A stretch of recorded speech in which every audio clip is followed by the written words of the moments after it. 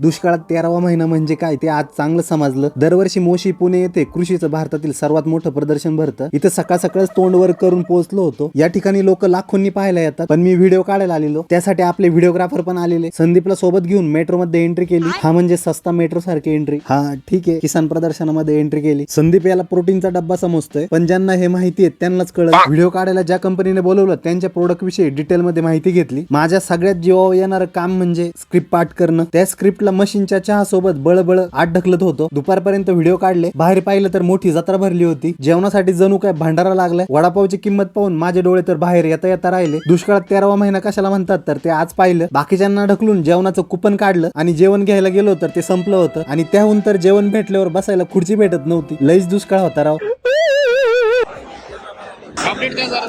आता लय झोपायला लागली आणि एक व्हिडिओ करायचा। एक शेवटचा व्हिडिओ काढून ब्रँडचं काम पूर्ण झालं। काय वाटतं घरी जाताना पिशवी भरून काय नेलं असेल? बाय।